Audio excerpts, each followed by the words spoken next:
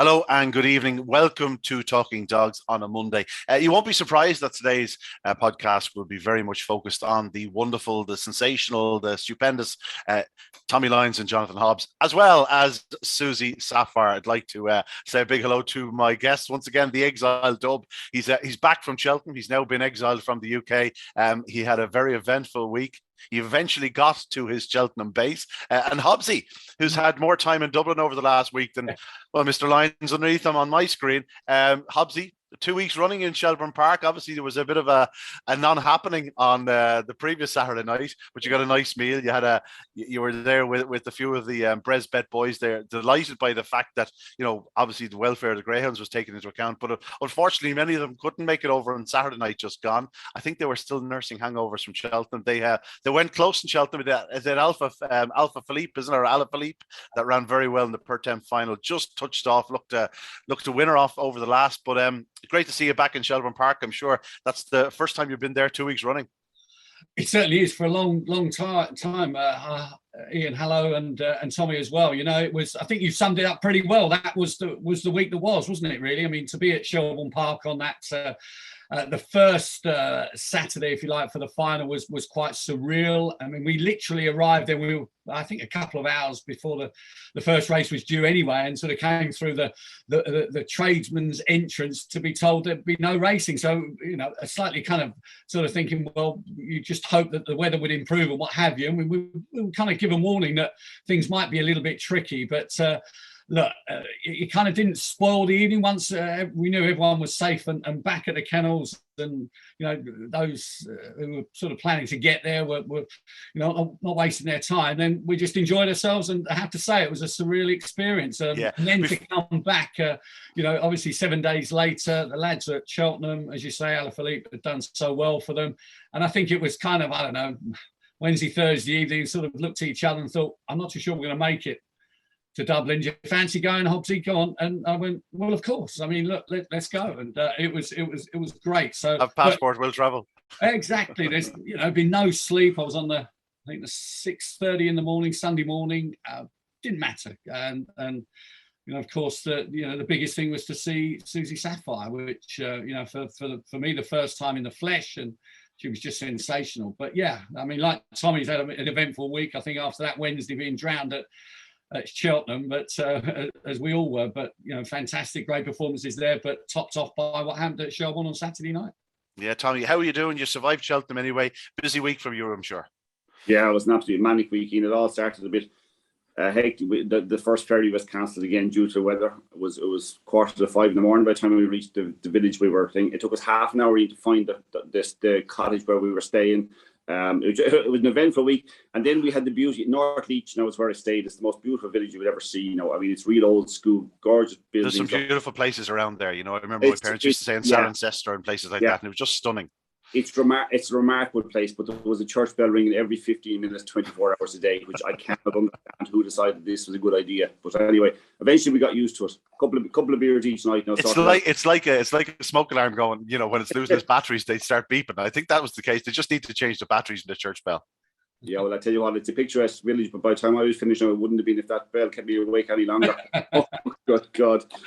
Gentlemen, well, let's get straight to it. The BresBet Easter Cup, finished on Saturday night. The undoubted star Susie Sapphire, Hobbsy. I suppose from BresBet's point of view, you're the representative today. Normally a competition supported by a bookmaker, you don't want the red hot favourite, the heavily supported favourite to come home in front. But from a BresBet point of view, this was a sponsorship. This was about getting your name out there, and Susie Sapphire has ensured that their name will be used considerably over this year. You're absolutely right. I mean, look at the company's makeup. You got David Perry, the managing director. You got head of trading Carl Perry. These are two passionate, greyhound racing men. So yes, from a bookmaking point of view, they don't want the favourite to win necessarily. But I think once Owen McKenna said a few weeks, I think in the Talking Dogs column with yourself, that a few weeks before the Easter Cup was due to start, and she was on the comeback trail, and that was going to be the intended target. Whoop in the office, I'm sure, because she's a star of the track, she's a legend of the track, and yeah, absolutely. Then to see her go through the competition and continue to improve And then, phenomenal performances from, I think, was it trap 5 and then trap 4, always looking for the rails, getting trap 1. Look, they priced her up, I think it was 2 to 5, wasn't it? After the semi-finals, and even with the week's grace, she was a red hot favourite, and they were happy for, I'm sure, that particular favourite to oblige. Tommy, conditions obviously wouldn't have suited a duck the previous week.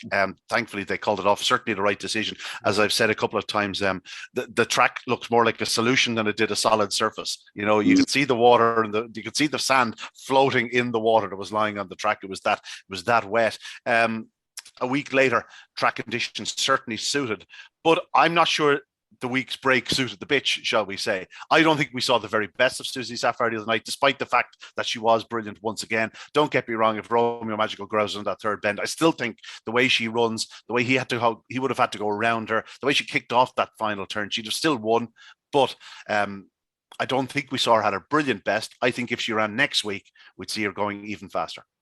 Yeah, I had a concern, and it ties in or comes across maybe from horse racing. If a horse is targeted specifically at something, a race, and for some reason that it gets delayed like that week can make a huge difference in the way you fine-tune the horse. And it's the same, maybe to a slightly lesser extent, but I see that concerns with that week off, because when it got called so late, and it was the right decision, but when it got called so late, then you've got to see, what am I going to do to keep this bitch or the rest of the dogs, the 6 of them in the final, keep them ticking over? So what am I going to do? What's the right thing to do here? Do I trial the dog? Do I gallop the dog? What do I do with the dog? You have to make a decision on that.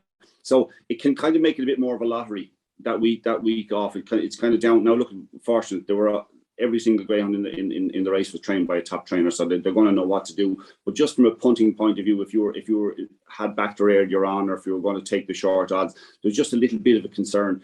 I think, like you, Ian, we didn't see her at her brilliant best. The first 50 yards, yes. The mid-race, do you remember the second round? Yeah. First and second round, she just looked a little bit flat for that 50 yards into the third bend.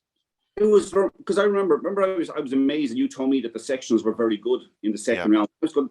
Like Romeo Magico was running her down for fun, and he did it again the other night, exact same.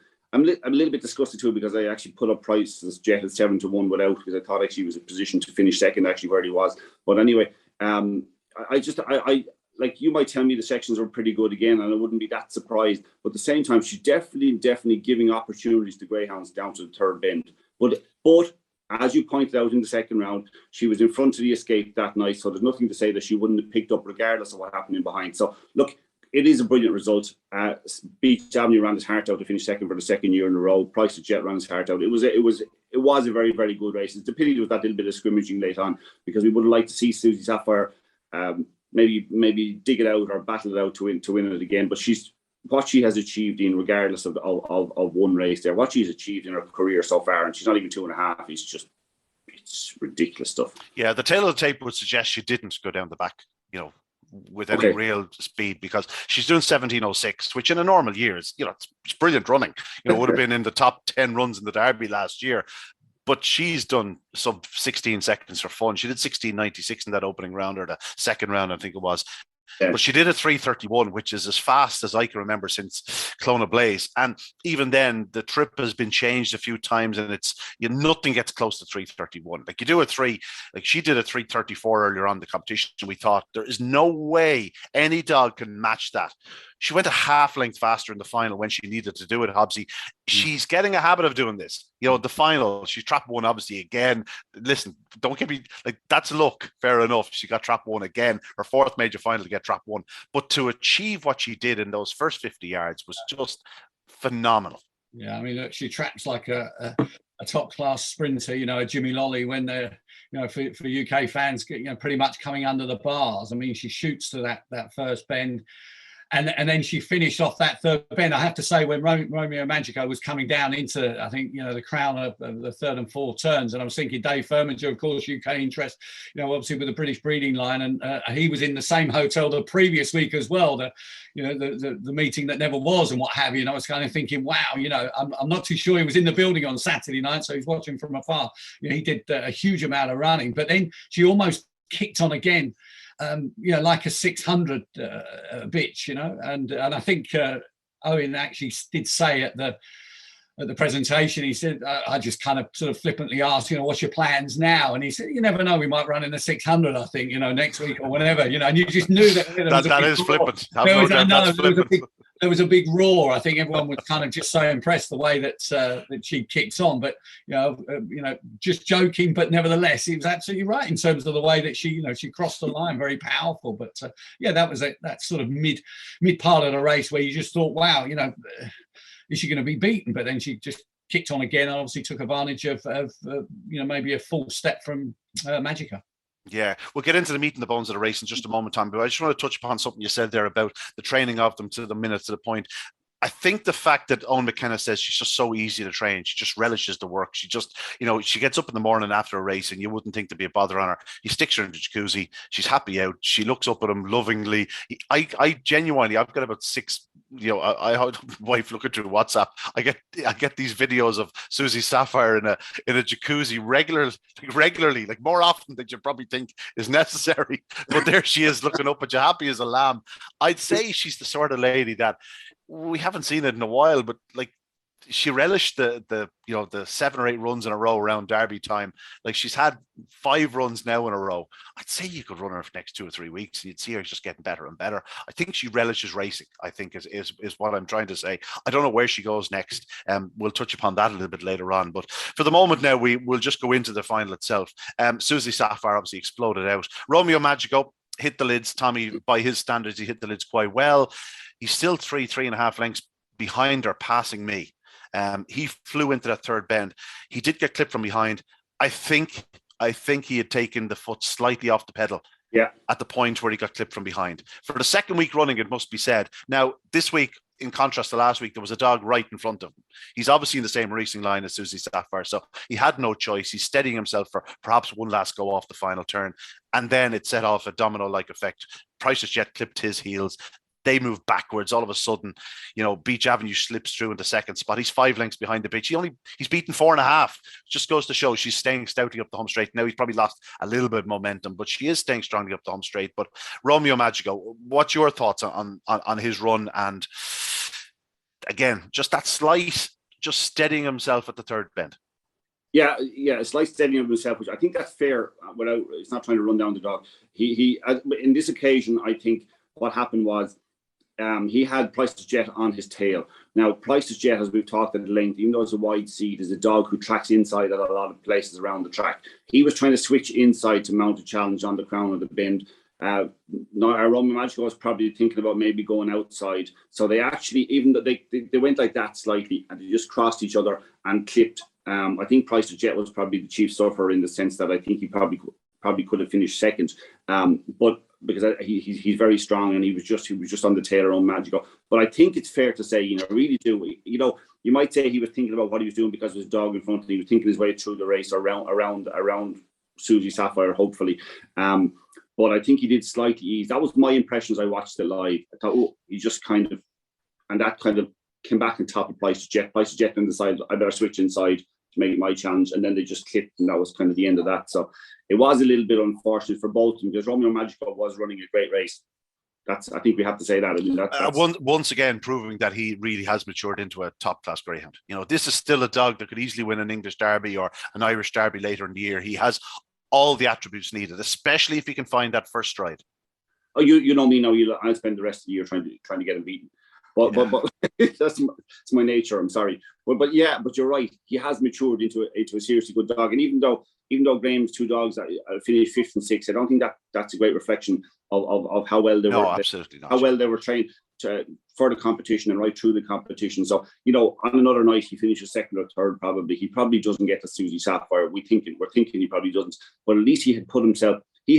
Graham had done as much as he possibly could. He got the dog there in the type of shape that he could show that pace to the 3rd turn and be there with a great chance, or to the 4th turn even, and be there with a great chance to win an Easter Cup. You can't do any more than that. The fact that he finished 6th, we can just put that aside and say, you know what? He's a dog who has matured this year. Yeah, Hobbsy, you said it. David Firminger, he's in the game a long time. A trainer himself, and obviously a top breeding operation. This Romeo Magico is, homebred. He's a proper greyhound. He's one that you wouldn't mind seeing a toaster. No, absolutely not. And, fantastic. Just echo that about Dave. He's a great guy, and, he's done fantastic for British breeding, represents us, well across the water when he goes, to Shelbourne Park or wherever. So, absolutely. I mean, his dog was showing, different gears down the far side in many ways. So whatever happened between the third and fourth, certainly he lost nothing in defeat. And I'm just kind of delighted that, we're talking about, other greyhounds other than Susie Sapphire, albeit, we know that she's a superstar, because, it's an amazing feat from Paul Hennessy to get two runners, as it was for Graham Holland with the two runners, and Neelis O'Connell as well, to be part of that. But I do think that Graham, he went through it with Claire's Rocket. Paul went through it with Late Late Show, and many, many others, of course. They will understand that, obviously the bulk of the attention is going to be on the bitch herself and what she's done. So, we can. You heard Graham speaking beforehand in the interview, and he sort of suggested, listen, I'm delighted to be there, but we're going to need something special to beat the bitch. There's no point in denying that. And I think, we all in the sport know that we need a star, a darling, something to look up to, and to get people hopefully back to the track, and that's what it is. And I suppose to be defeated by anything, if you're going to be beaten, should I say, it's better to be beat by the 2-5 favourite than something else and feel you left your chance on the floor. No, exactly right. And, it's right to look and see what was going on in behind Susie Sapphire. But, you make the fantastic point. It might be something you're going to add to. But in terms of the fact, the profile of her, she was unlucky, as we all were, in terms of, not being able to or people not being able to see her in the flesh. So, maybe that impact was lessened. But that was why I think Saturday night was special, even though that, just down the road there was a certain rugby match going on as well. So, in terms of trying to get those column inches, it's always very, very difficult. But, certainly in terms of, the social media from, Greyhound Racing Ireland and what Orla does and what Dawn does, they do fantastic. And it's not for the want of trying, putting it out there. The Greyhound people are doing that left, right and centre. Even, they told me on Saturday night, how impressed they've all been with Susie Sapphire's own social media profile. You've seen the pictures of her in the jacuzzi and what have you. It's just trying to get that and putting it into, as many people's hands as is possible. It's not easily done. Not easily done. No, it certainly isn't. Tommy, getting back to the race itself, Night Tornado missed the kick. He never really got involved. Derby's Delight was always going to be well off the pace, and again, he didn't get the clearest runs around the bottom two bends. Priceless Jet, though, we've spoken so many times about this dog since we started this podcast. Again, he was in the process of running just the most incredible race. A dog who's a six-bend classic winner, and here he is once again competing at the very highest level in a feature final classic over 4 bends, the Easter Cup. Paul couldn't have done much more with him. He got him out of boxes. Obviously, he couldn't hold Romeo Magico into the corner. Down at the third bend, he's still there pitching. As you said, he could easily have been second. Who knows? Who knows what might have happened off the last bend? But he hasn't been storming up the home straight like we've seen in the past. So he again may have struggled quite to just get to Susie Sapphire, especially the way she run that final corner. But again, he's just an absolute credit to Connections. Yeah, no, he had the reason I was saying I kind of fancied him to some degree to finish second, and I thought he was a decent price at 7-1 in that market, was because he was flanked by 2 slow starters, Beach Avenue and Derby's Delight. So I thought he'd pop out, but I actually thought he turned fourth.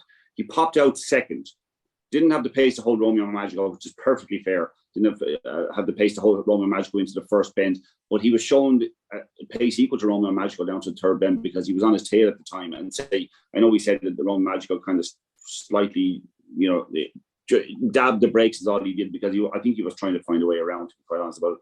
And so the price of Jet Dog was literally right there in with every chance. As you said, maybe he's not powering up the straight. I wasn't expecting that at that stage, or I didn't think at any stage of the race that he was going to go and win it or pick up Susie Sapphire. That's not the way I was thinking about it. But I did think he might pick up Romeo Magico for second. And because say they were first and second in the race, Susie Sapphire wasn't in the race, you might say, okay, maybe he wouldn't have picked him up because Roman Magic was on the bunny, so it's slightly different. But I just think the way the race was transpiring, I thought that he had a great chance. He ran his heart out, and probably loses nothing by being picked up late by Beach Avenue, especially after getting a bit of trouble. Like, you're going to find it hard to hold Beach Avenue regardless of what happens. But you do get trouble, you don't get trouble in a race, you're going to find it pretty difficult. I mean, it's a great achievement by Paul because, you know, I think at the start of the competition, none of us would be saying, I think Romeo, or I think Priceless Jet, or I think Beach Avenue will win the competition. We can see them going deep, but we can't see them win, is what we would have said. So, you know, especially with I think Paul had only three runners in the Easter Cup. I could be wrong now. It could be four, but I think he had only three runners, and he finished second and third. And his third was only beaten a short head by Price's Jet for qualifying for the final as well. And I think second and third is probably, and Paul is a very realistic sort of fellow. He looks at these things. Second and third is about as much as he could have hoped for at the start. And that would have been thinking, geez, this would be amazing if I could get second and third. So it's a fantastic training achievement. Yeah, Jonathan, it's funny that we only mentioning Beach Avenue now, second in this competition. Again, he's just had the most incredible 16 months or so. Just, you know, Pat Healy that owns the dog. He's a real enthusiast, loves this dog, as do the race-going public. There's something swashbuckling about him. I'm sure he'll rock up a toaster. I'd hope to see him rock up a toaster. He's just one of those dogs. You look forward to seeing him in action. And again, another runner-up position in a classic. He's just been a star. Yeah, that's some achievement, isn't it, to finish second in 2 Easter Cups as well. And I met, is it Austin Healy? Yeah, Austin's another one of them. Yeah, at Cheltenham, you know, and he was. We had a chat with him. I saw Paul Hennessy, Terry Dartnell, and then Austin was there as well. And he said, you know, obviously they'll be cheering on Beach Avenue at the weekend, and you know, obviously due respect to the favourite, but hoping for a big run, and boy, they got a big run as well. So you know, he's a warrior, you know, in that respect, isn't he? Really, I mean, I know that Liam's Graham got that kind of tag, but Priceless Jet and Beach Avenue are just real stalwarts of the track and very strong running. And yeah, like yourselves, probably never thought they would likely win the Easter Cup. They'd go deep, and they've ended up, I think, was it second and third in the end? Yeah, so pretty good. Derby's Delight was fourth. He's just another remarkable dog. He's so hard to keep out of frame. This was one of the very rare occasions he was out of frame, Tommy. And Night Tornado fifth. It just didn't happen for Night Tornado, and the night missed the kick and just never played a part. I know, and we've talked at length over the last number of weeks. Graham's done a superb job with him getting him back to the sort of consistency that he had shown. In fairness to him, he closed to within about 5 or 6 lengths on the crown of the last bend. Just, you know, once he missed the kick, he wasn't going to win the race. Derby's Delight could get competitive after missing the kick, but he just got out patient to the first bend, and then there was a bit of traffic and he stayed on, as he always does. So I mean, actually, I think he was third into the escape quite nicely, you know, comfortably third escape. So I think you know, the only one you say that didn't run its race on the night was Night Tornado, just because he missed that kick and he needed to turn second or third, you know, he needed to turn in front, to be honest. You know, yeah. I'm saying to actually have an impact on the race at all, he needed to turn in like right beside Roman Magico at worst. No, obviously some good performances in behind. It was a great undercard, some fantastic space. Croker Spirit was sensational, very impressed with Magical Poppy over the 750. An unbelievable sprint by Ella Supremo. He's really turned into a top-class sprinter. I know he was very good last year. He was a top-class sprinter last year. I think he's even better this year.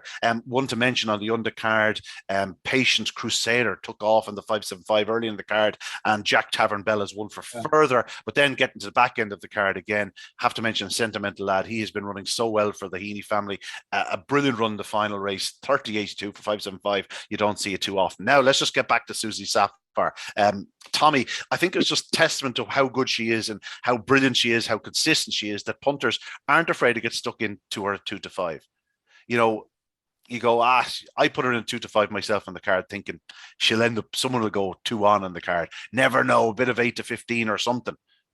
3 to 1 on and punted.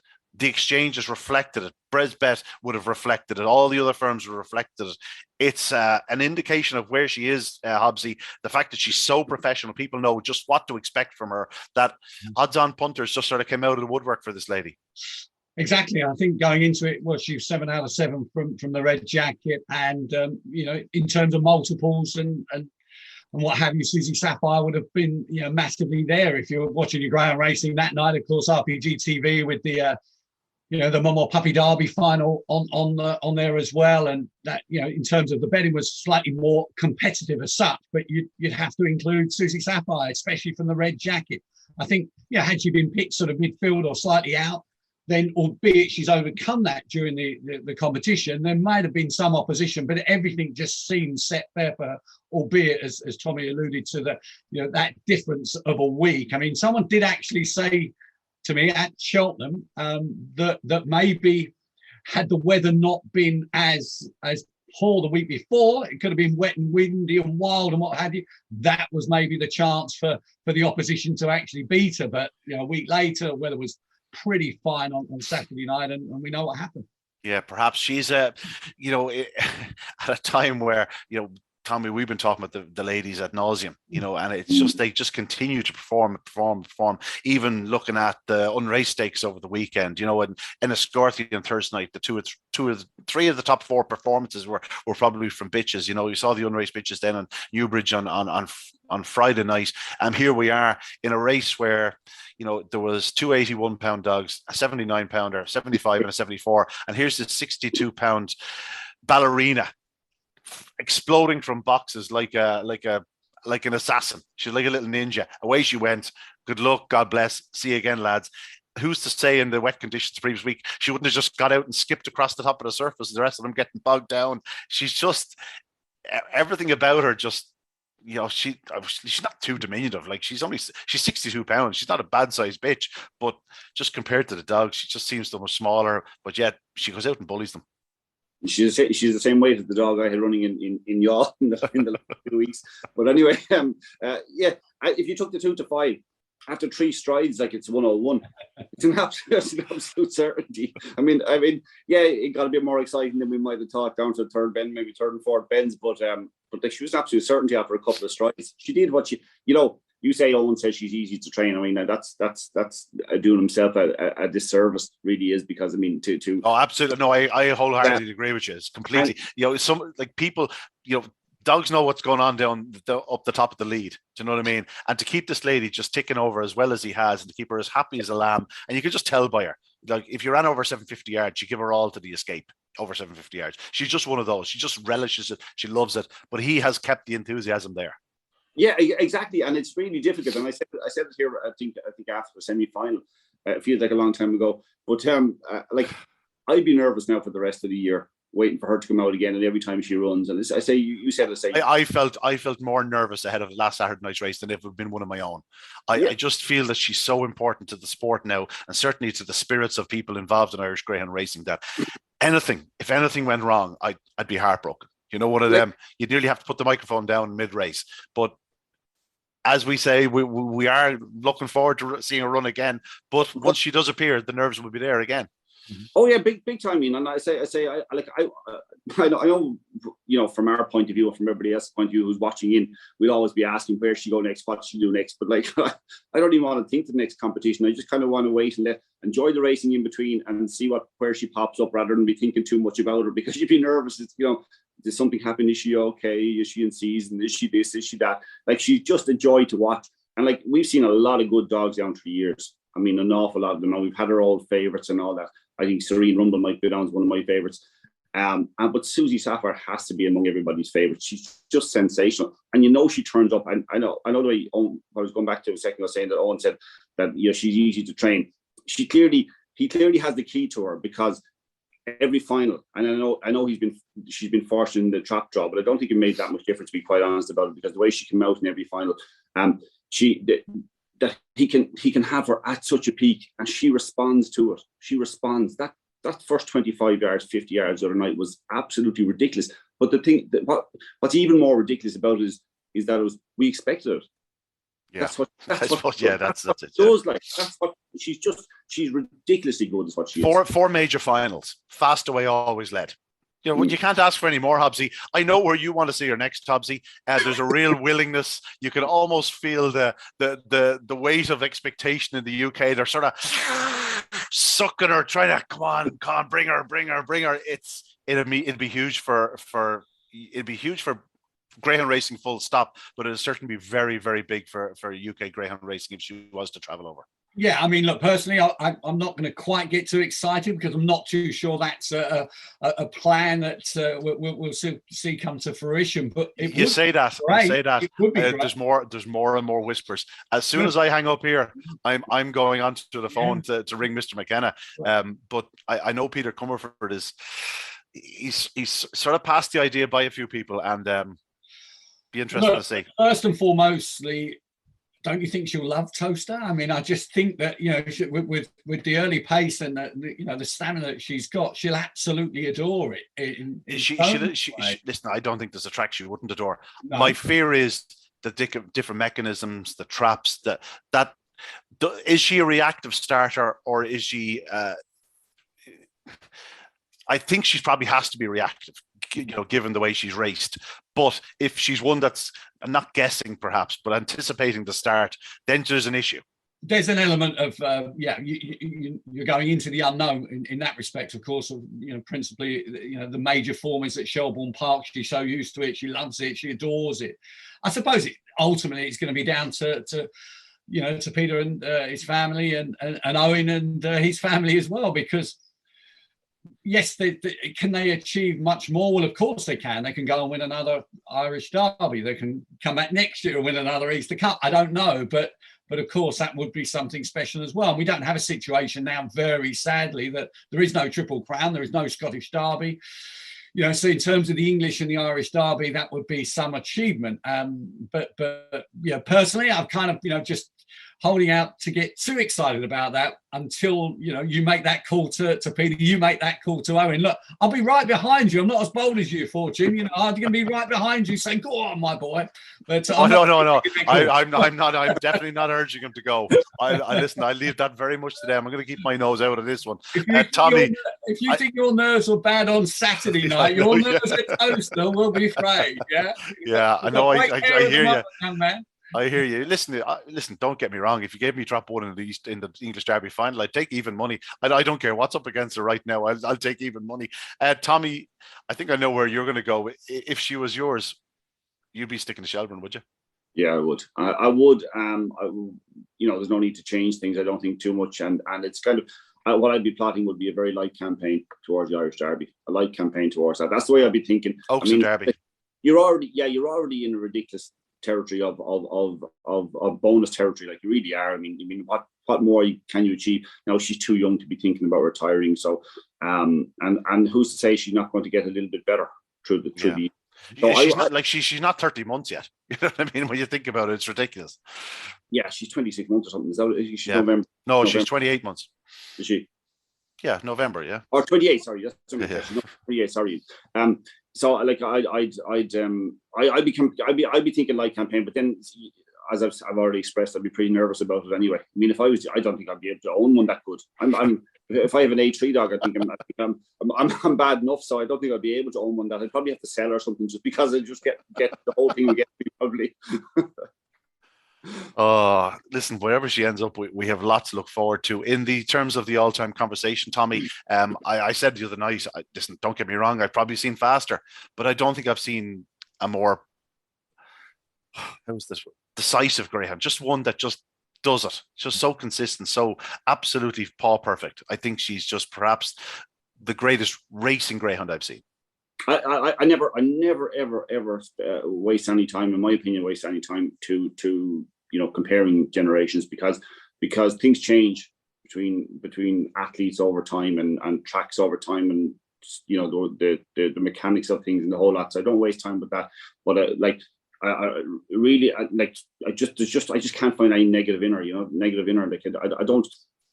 In my job, especially in the horse racing side of things, I'm looking to get everything beaten. And I do a bit of it here, but I'm not with her, if you know what I mean. I just don't see it. I don't see it. Like you'd have to be thinking,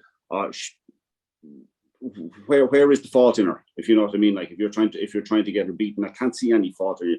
Maybe put her out in top 6 with 5 sensational early paces, but where do you find the 5 sensational early paces that might actually hold her to the bend? If she does a 3:31, forget about it. She's still getting around. Yeah. She's pretty much bulletproof. I said like Serene Rumble keeps coming into my head as one of the ones I really enjoyed watching. I think that final of was it the Grand Prix in Harris Crossing Yeah. You did the clock and beat a heavenly dog. Would that be right? Yeah, anyway, one of Johnny Donahoo's. Yeah. It's a long time ago, but he was one of my favorite greyhounds, and there have been a lot of them over the years. But she's like, as you said it there a couple of weeks ago, we all kind of feel a part of it now because she's been that good, and the beauty is that she might just be that good or better for the rest of the year. Who knows? So I mean, in the all times, like she's as good as there is right now, and she might. I don't see why she can't be already classed as an all-time great because of what she's achieved. Like the four competitions is just it's insane. Yeah, the man here wearing the scarf, Hobbsy, you're obviously clearly a lot older than us. Do you remember anything to compare with her in terms of her racing style, the way she does it? No, I mean, look, in terms of that trapping ability at Shelbourne Park, I don't think you have to go that far back. You know, what Pestana was doing was kind of breathtaking, really, and thankfully the gods, after obviously, the tragic end to his career as such, in terms of what Owen has ended up with Susie Sapphire. I mean, you just couldn't make it up. It's a wonderful, wonderful story.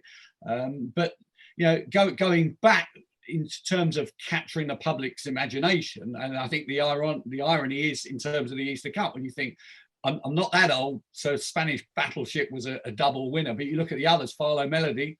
I was at Wimbledon for his English Derby, won 2. He was one of my favourites. He was one of my favourites. Yeah, late show as well with the 2 Easter Cups. So look, I mean, even just a cursory glance at the role of honour suggests that she really should already, she's up as an all-time great already for what she's done in terms of the Irish Derby and the Irish Oaks.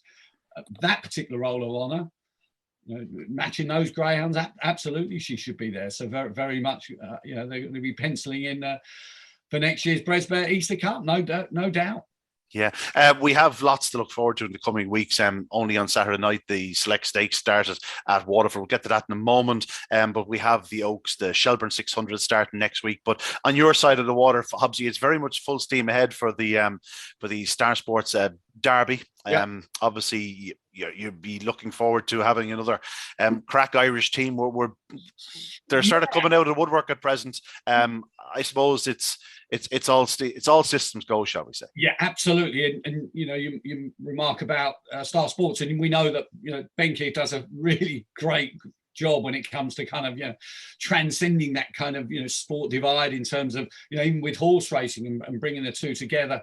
So he's passionate about it and looking forward to the English Derby, no doubt. At the weekend we had as mentioned, Dealish Frankie winning that big final, and that was a top class race. I know the one from the Liam Dowling outfit, a Ballymac runner, and he absolutely sluiced in the Puppy Derby over there. He did, and tremendous. He was another one where you looked at maybe the drawing trap 4 could be his undoing, but again he was game, and sometimes they can bang out like that, and he did, and he paced up very well. And Tom Hilbrun's dog just missed the break, Freedom Alibi. He's had a great year, I should say, Tom, but.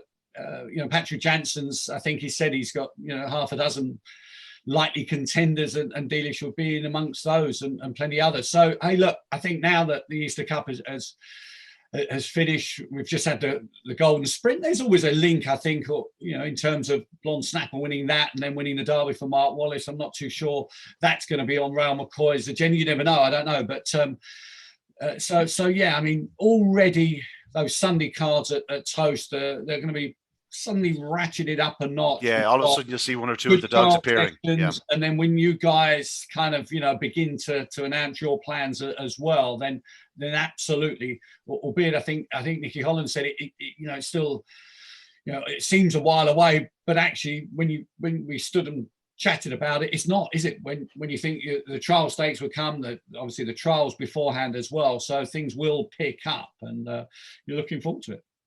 Tommy, if Susie Sapphire was a confirmed runner for the English Derby, how short would she start as favourite? Are we confirmed? We're certain she'd start favourite at least. Yeah, you have to. That's a tricky question, considering like she was a remarkably big 9-2, 5-1 for this competition. She just won. I think maybe that was the kind of first competition after a break and all that sort of crack. But God Almighty, she'd have to be very short. She's in single figures and probably halfway down that chart, around about the fight. No, I tend to agree with you. Right, gentlemen. Hobbsy, I'm not sure how much attention you were paying to it. Obviously, you're a Very busy man in transit all weekend, and family life and whatnot. But our select stakes will be televised on Racing Post Greyhound Television on the 2nd of April. It's a great bonus to have the Irish racing, of course. It's a great bonus for us, but it's also a great bonus for yourselves. I think it's massively important, and especially when you're looking at that top end. I mean, I think the thing that was missing, and I remarked this to a few people on Saturday night, the thing that was missing in terms of the Irish ground racing and the UK ground racing was that, in my perception, the inability to get involved from a punting point of view. There was brilliant racing going on across the water. You try to find a price about that, you couldn't do it, and they're very much intertwined. It's absolutely necessary, in terms of the gambling industry, the betting industry, and of course top class ground racing. Now, what's happened with RPG TV? It's meant that the firms, the partners of the company have got involved. So punters, both sides of the water now can avail themselves of the prices. And that is absolutely crucial, because the great racing was going on, but me sitting in Hobbs Towers or wherever, I couldn't have a bet. Or, you might get a bet on the Easter Cup potentially, but to actually see sort of, Tralee and then Mullingar and now Shelbourne Park and now Waterford and what have you, it's brilliant. And maybe when I think it was the Juvenile Classic card when Explosive Boy came out first run of the season, ran on well over that the longer trip, missed the break completely. Maybe if prices had been available, I think maybe for the select stakes, it could have been certainly one that you'd conjure with. But the actual the actual ability to now place a bet anti-post as well on the night, vitally important. Yeah, it is of vital importance, Tommy. That's an aspect I wasn't going to touch upon, but it's absolutely pertinent. It gives you the option. The firms are nearly forced into pricing up these things, Tommy. Yeah, but to me, the most important thing about RPG TV is that it's bringing the two countries together in terms of the product, because there is a pressure on greyhound racing, and there has been for quite some time. So if we don't work together, I think we're lost. We're both lost if we don't work together some way. So I think it's brilliant that you're actually bringing both, racing from the UK and racing from Ireland, because they are intertwined. They have been through breeding, through owners, through whatever else down through the years. And I think there's more encouragement for people to travel in both directions with greyhounds when you can see what's happening. You can see the track on a weekly basis, or anytime there's a good competition on, you can see what these different tracks are like. So I know an owner is also more likely to target a competition if they think they'll get a bit of TV at the end of it. You know what I mean? Of course they are, exactly. But it takes away a lot of the unknown as well, which is what you want. You know what I mean? So it'll actually encourage people to say, hey, say to their trainer, why don't we go there? Why don't we travel there? That looks like a good track, and that looks like a good competition. So we're both learning a lot from each other. And in the past, it would have been fairly arcane. There would have been a few people who kind of knew about it or whatever else. But now it's wide open to everybody. So I think it's extremely important. This year, the RPG TV has ramped up the coverage of Irish racing, and we need to continue to do that. Have a good blend so that we work together to kind of keep the sport strong. Yeah, absolutely, indeed. Let's talk about the select states itself, Tommy. Obviously, the format of the competition: 3 heats, 3 to qualify, and then you get the top laurels, Juvenile Derby, Irish Derby, invitees, and firstly you look at the heats the other evening, and obviously, very, very well-known names. You've got Skywalker Barry, the defending champion, Serene Ace, and Explosive Boy. And if you heard that, you go, wow, what a competition. Now, looking behind them, it wasn't all that deep. Some really good dogs in there, don't get me wrong. Really good dogs, but not the really established names. But then all of a sudden, a week later, you throw in Sing Along Sally, you throw in One Time Only, you throw in Droopy's Gloss, and all of a sudden, there's a bit of a battle for those 6 final places, and all of a sudden we're looking now at a final that could be, again, one of the races of the year. Like last year's final was red hot. Well, Ian, this goes back to the point we were making a minute ago about RPG TV.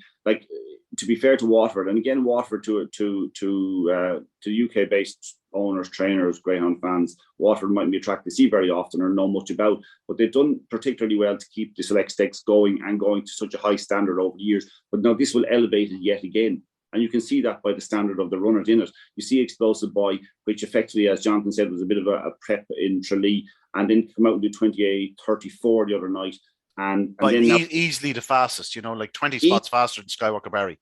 Yeah, but Skywalker Barry, there's another class greyhound who's involved in it. Serene Ace is involved in it. You've got Droopy's Glass, you've got Sing Along Sally, and you've got One Time Only coming into the competition now. So, like, this is another one which is like Waterford has done really well, as I said, to maintain the quality of the competition. But now it's going to be elevated yet again by having that RPG TV at the end of it all, which is huge. It really is. There's 9,500 for the winner of the competition as well.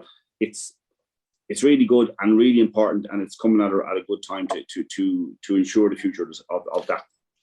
A very prestigious stake.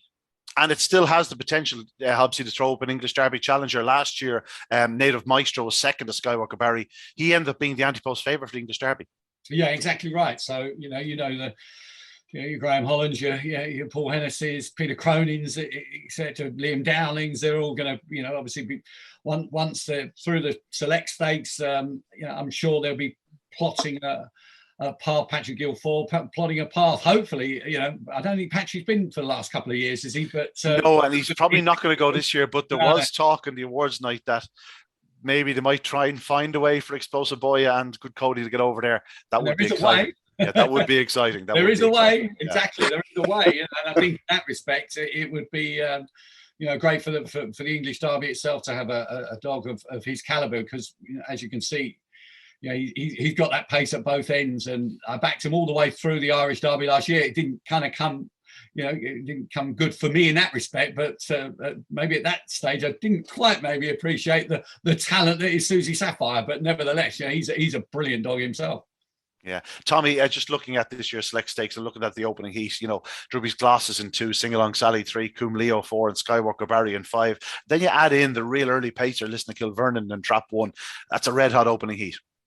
That will make it interesting, as you said, about Listen to Kilvernon, the early pace, because Sing Along Sally will want to go in. Droopy's Glass probably doesn't have the early pace to compete with the two of them if they're both at their sharpest early. Coombe Leo has excellent early pace. Skywalker Barry's been in great form. Minor Trumpleby has a blend of early pace and stamina. It's a really tricky heat. You'd like to think that Sing Along Sally was so good in Thurles that she might be sharp enough to do it, but it makes for a very, very difficult heat now. Maybe if she goes in, it actually sets up for Coombe Leo.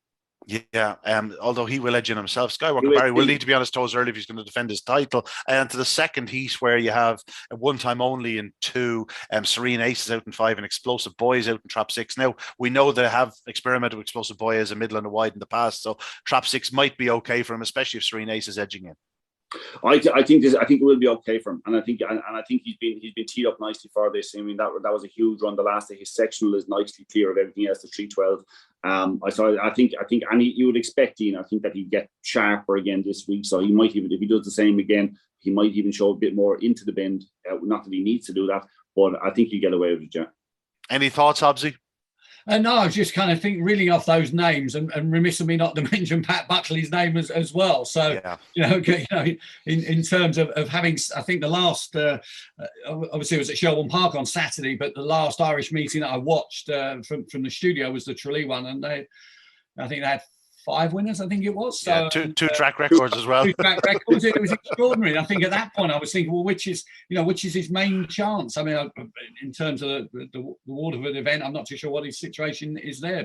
But even at Toaster, anything that's that they train has got to be absolutely heeded, really. And Emma, by the way, is doing a great job on the show as well, as you know. Yeah, absolutely. Building quite a team down there, no question about it. A few homebreds and a few that they've bought in, and dogs that can really fly.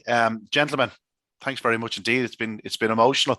We are reflecting on Susie Sapphire's sensational success. Don't suppose it should really come as a shock to us. We never mentioned it. She's the first Derby winner this century to go on and achieve more classic success. She's already the second youngest Derby winner of all time, the first unbeaten winner since 2009, the first bitch to win this century. I could go on and on and on. What she is achieving is something special. It's something. I mean, sorry, if we're wrapping up, but no, go ahead.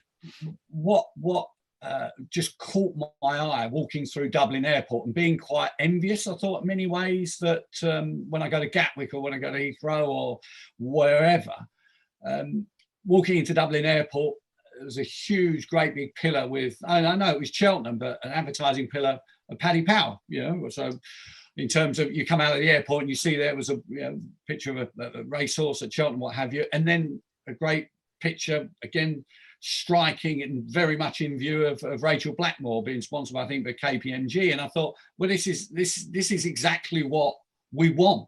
People coming into the country, and that's what they're facing. This is a racing, passionate country. We don't get that. We'll into London and what have you. Wouldn't it be great, maybe the next step to get some sort of Susie Sapphire picture in there, and hey, look, this isn't my idea. This was picked up on Twitter by a few people, in terms of obviously Katie Walsh or Katie Taylor and Rachel Blackmore, Susie Sapphire. I think we know the link. Absolutely, we do. Tommy, it's been a good week for the ladies between Rachel Blackmore, Honeysuckle, and now Susie Sapphire. And Honeysuckle as well.